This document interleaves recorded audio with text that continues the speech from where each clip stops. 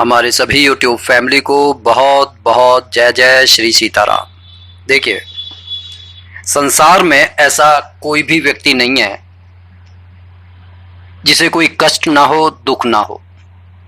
यहाँ तक कि जो बहुत ज़्यादा जिनके पास धन होता है, संपत्ति होती है, पूरी तरह से संपन्न होते हैं, कई बार ऐसा देखा गया है कि उनके पास भी एक मानसिक पीड़ा होती है जिसका समाधान वह चाहते हैं। क्योंकि जैसे कहा गया है कि पहला सुख निरोगी काया।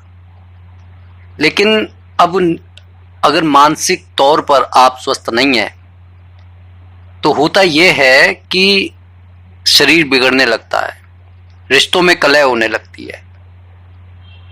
अब अगर जो व्यक्ति हमेशा ही परेशानियों से घिरा रहता है और उसके पास में पैसे भी नहीं हैं, तो आप ये समझ लीजिए कि कलह रोजमर्रा की चीज बन जाती है।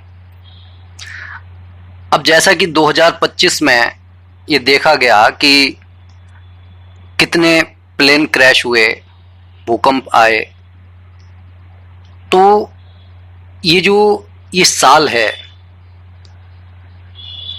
जो आपको ऐसा लगता है कि काफी नकारात्मक ऊर्जा से भरा हुआ तमाम लोगों के लिए है।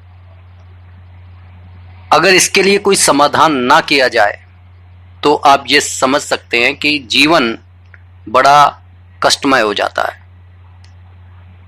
तो इसीलिए जब हम कोई उपाय करते हैं और ऐसे समय पर करते हैं जब कोई शुभ मुहूर्त हो, जैसे कि इस समय दशहरा का शुभ मुहूर्त जो विजयदशमी का है 2 अक्टूबर को, उस समय किया गया ये उपाय जब भगवान श्री राम ने अधर्म रूपी रावण का विनाश करके धर्म की ध्वजा फहराई। तो ये एक ऐसा पॉजिटिव वाइब हमारे जीवन में बढ़ा सकता है।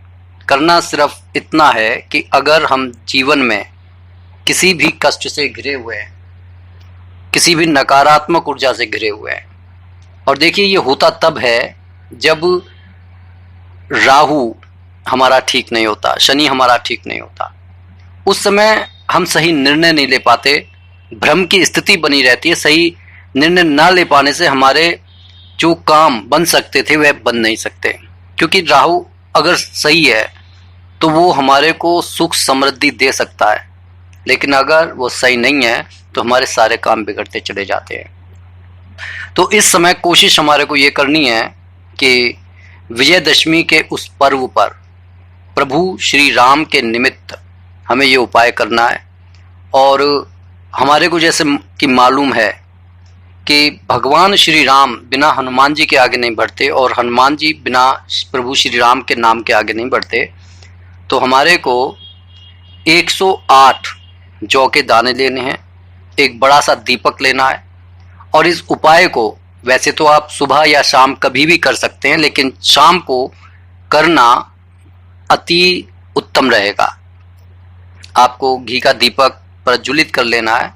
प्रभु श्री राम का अगर राम दरबार आपके पास है तो बहुत बढ़िया है, नहीं है तो कोई बात नहीं, आप अपने मन के अंदर धारणा कर लें कि प्रभु श्री राम का दरबार है।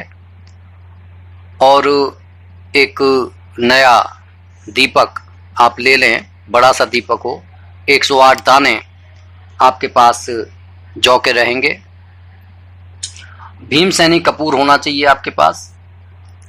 अब आपको एक संकल्प लेना है। संकल्प ये लेना है कि प्रभु मैं इस रोग से ग्रसित हूँ, मेरे को ये परेशानी है, चाहे वो आर्थिक हो, शारीरिक हो या कोई शत्रु भय हो। आप उस संकल्प में कि उसके निमित्त मैं आपकी पूजा कर रहा हूँ, मेरा ये गोत्र है, मैं यहाँ पर रह रहा हूँ, इस तरीके से आपने जो हाथ में जल लिया है, क्योंकि देखिए संकल्प बिना जल के नहीं लिया जाता। थोड़ा सा जल आप हथेली में लेकर संकल्प को दोहराते हैं और वहीं पर प्रभु श्री राम के चरणों में छोड़ दें। और एक ये छोटा सा मंत्र का आपको जाप करना है। ये मंत्र ये है, ओम श्रीम ह्रीम क्लीम रामचंद्राय श्री नमः। इस मंत्र का आपको जाप करना है। अब करना क्या है, जो आपने वो 108 जौ ले ली हैं उसे एक कटोरी में रख लें।